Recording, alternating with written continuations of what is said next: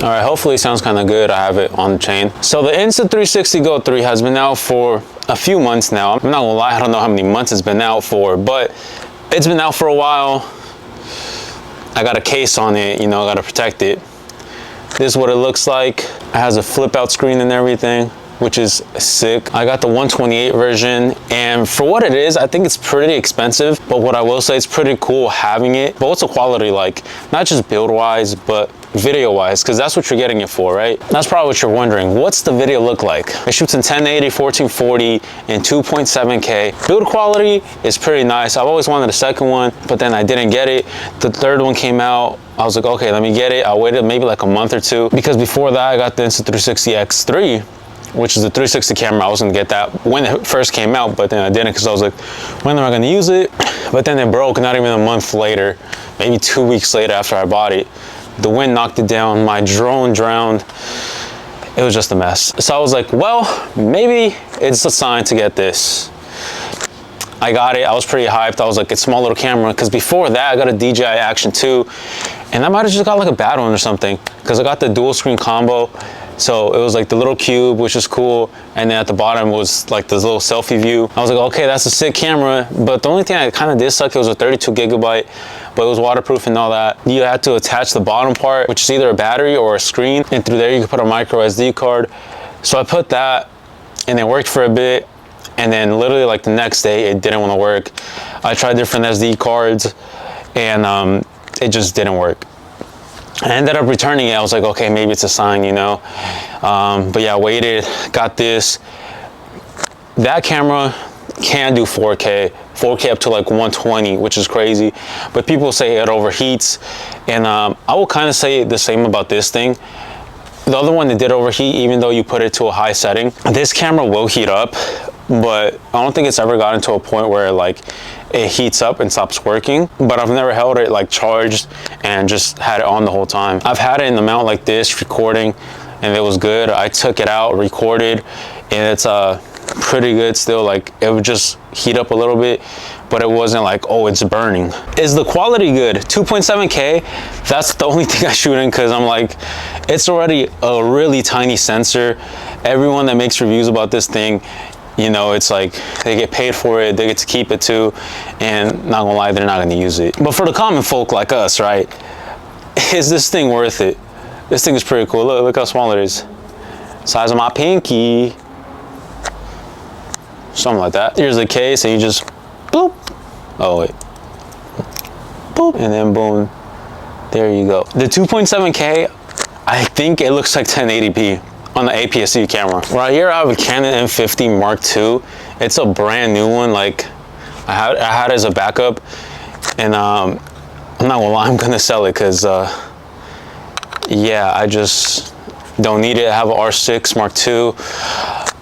Right now I'm recording with the Sony ZV-1. It records 4K. It's a 1-inch sensor, which is smaller than this APS-C sensor, but it does shoot better quality than this thing, because this only records 1080. I mean, it does 4K, but it's not that good. Now that I was recording 4K on the full frame, like you can really tell the difference between 1080 and like anything else. Even the 4K on this thing, which is really good, especially for the size it is, it's not as good as the 4K on the full frame. Sadly, I'm gonna sell this camera.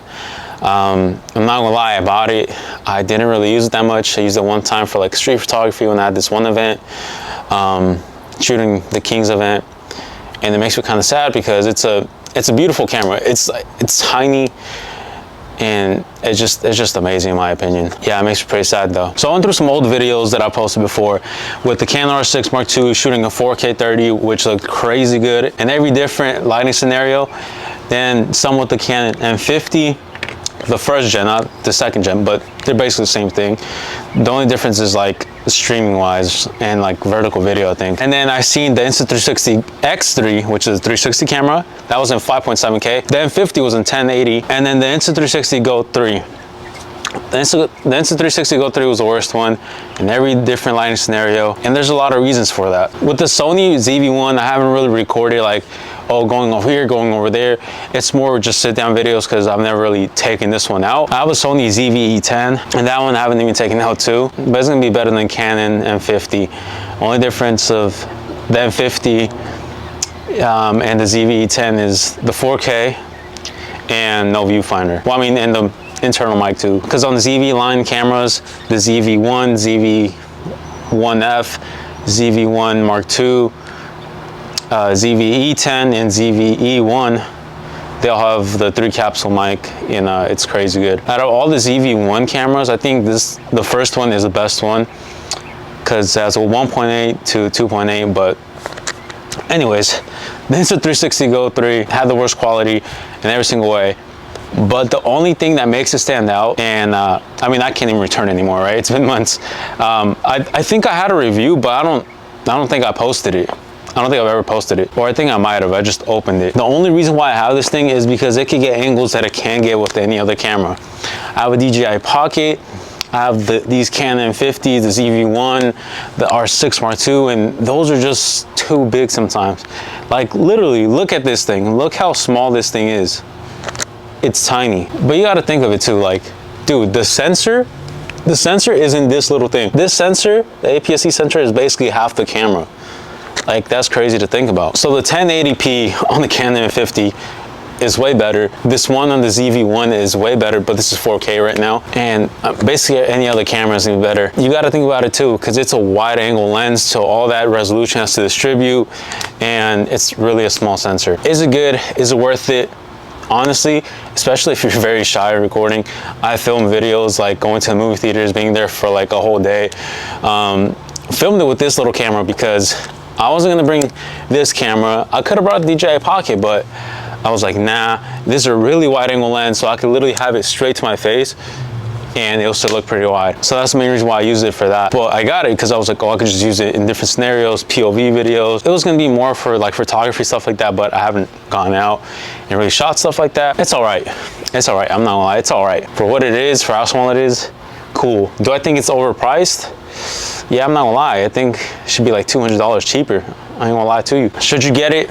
If you don't got a camera and you wanna take YouTube a little bit serious, try to get M50. You get these hella cheap, probably like 500 or less with a lens. Like this is basically brand new. Like even if I wanted to sell this, like I still probably sell it for 500, even though it's literally brand new, like never used. Because I just had it sitting in the bag, and I have lenses for it and the cage and all that. If you have the money, buy it. It's a really cool camera. It's waterproof and all that. Just the camera itself, not the whole housing. If you don't got a camera though, like an actual camera, I recommend getting like a Sony camera. I'm not gonna lie, I've always shot Canon. I just got into Sony literally just because of one lens, because they have a crazy ass lens. I mean, it's not even from them, it's from Tamron. I recommend getting a camera that's 4K because yeah, 1080 is still good. Like I said, like this one still looks pretty good. It looks better than this thing, and this thing is like 5 years newer. Yeah, you could get a Sony ZV-1 probably for like $500–600, but you can't switch lenses. But if you're gonna be doing both photo and video, I recommend getting the Sony ZV-E10, because it's an APS-C camera like this one, the sensor size. It's gonna have a better built-in mic, so you don't have to carry your mic on top. 24 megapixels, interchangeable lenses, so you can get different points of views. Only difference is no viewfinder, so you're not gonna have this little thing, but you guys should be good. But if you want a full frame, this is where things change. You might want to get a hybrid, so the A7 IV. But if you want more of a video camera that can shoot up to like 120 and 4K, get the Sony ZV-E10. A7 IV is gonna have viewfinder, so this thing on top, it's like 33 megapixels, I think. It's a hybrid camera, so it can shoot up to 4K 60, but the 60 is cropped. That's why I got the Canon R6 Mark II. It doesn't have a crop, but it's really up to you. It went all over, but if you guys found this useful, helpful, let me know. I might see if I can throw in some footage of what it looks like. But yeah, hopefully you guys like, subscribe. I'll see you guys next time.